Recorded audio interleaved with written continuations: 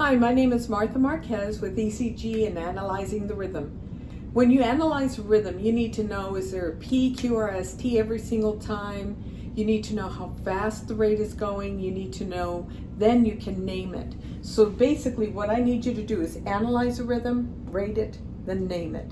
So let's talk about sinus rhythm. Sinus rhythm, when we're looking at it from negative to positive. So when the electricity is moving from the negative, starts at the SA node and it's moving towards the positive, I'm going to have a positive waveform. When the AV node holds the impulse, I'm going to have the PR segment, which is now together a PR interval. When the electricity goes through the junction and bundle of His, you see it go down like that. Then you see it go through the right and left bundle branches. You're going to see it go down, back up to the baseline, and then your T wave. You've got a P, Q, R, S, T every single time. Then you've got a sinus rhythm. So now what do I have to do next? I've analyzed it, P, Q, R, S, T, and now my rate is 60 to 100. So now I can name it, and that would be what? Sinus rhythm. Isn't that cool? You analyze it, you rate it, you name it. If it is less than 60, what am I going to call that? I'm going to call it sinus braiding. If it's greater than 100, anything greater than 100 will always be tachy. So now we've analyzed it and it's sinus tach. So let's go over to junctional rhythm.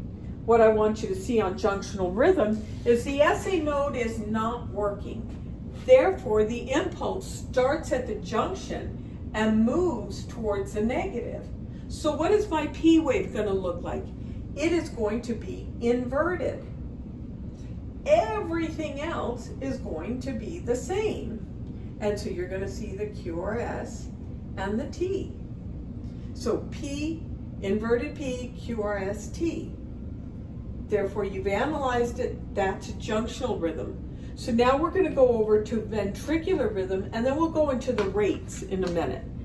So as you know, the SA node doesn't work, the junction doesn't work, so now the impulse is going to start in the ventricles or in the Purkinje fibers, but it's no longer on what I call the freeway.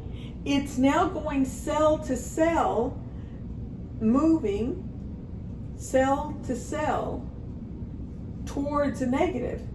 So what kind of waveform am I going to have? Am I going to have any kind of P wave? No. The impulse is going to be slow, therefore it's going to be a wide QRS.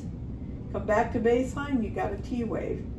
That is your ventricular beat. If you can see, this is your ventricular beat.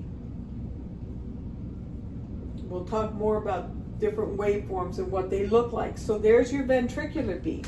Over here, do you see the J? And we could call this a junctional beat. So that's one way to be able to distinguish junctional rhythm from ventricular rhythm. First of all, we know that when we look at the rhythm, we have to analyze it, correct? But we know we have an escape rhythm. And that escape rhythm, if it's a junctional escape, what would the rate for the junctional escape rhythm be? The rate for this area is 40 to 60.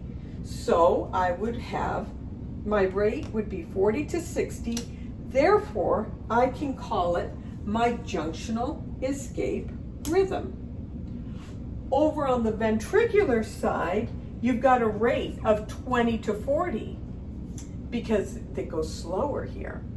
Therefore, I would now have my ventricular escape rhythm, which is also known as idioventricular rhythm, but let's call it ventricular escape rhythm. The other thing we have is anything tachy, we analyze it, and if it's anything tachy, we know is greater than 100, correct? When we know it's greater than 100, we can call it,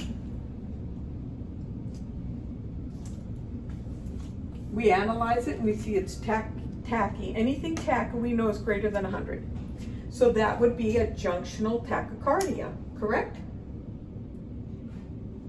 On the ventricular side, if it's greater than 100, what would we call it? Once again, we call it ventricular tachycardia. Now, what are we going to call it when the rate is between 61 and 100, or between 41 and 100? Can you think about it? Do you know what the name is? It would be considered accelerated. So now, what is my rate for accelerated junctional rhythm? That would be 61 to 100. Therefore, I can call it my accelerated junctional rhythm. If my rate, what would I call my accelerated ventricular rhythm? What would the rate be? It'd be anywhere from 41 to 100. So when you analyze your rhythm between junctional and ventricular, you would have EAT, eat junk or eat ventricular.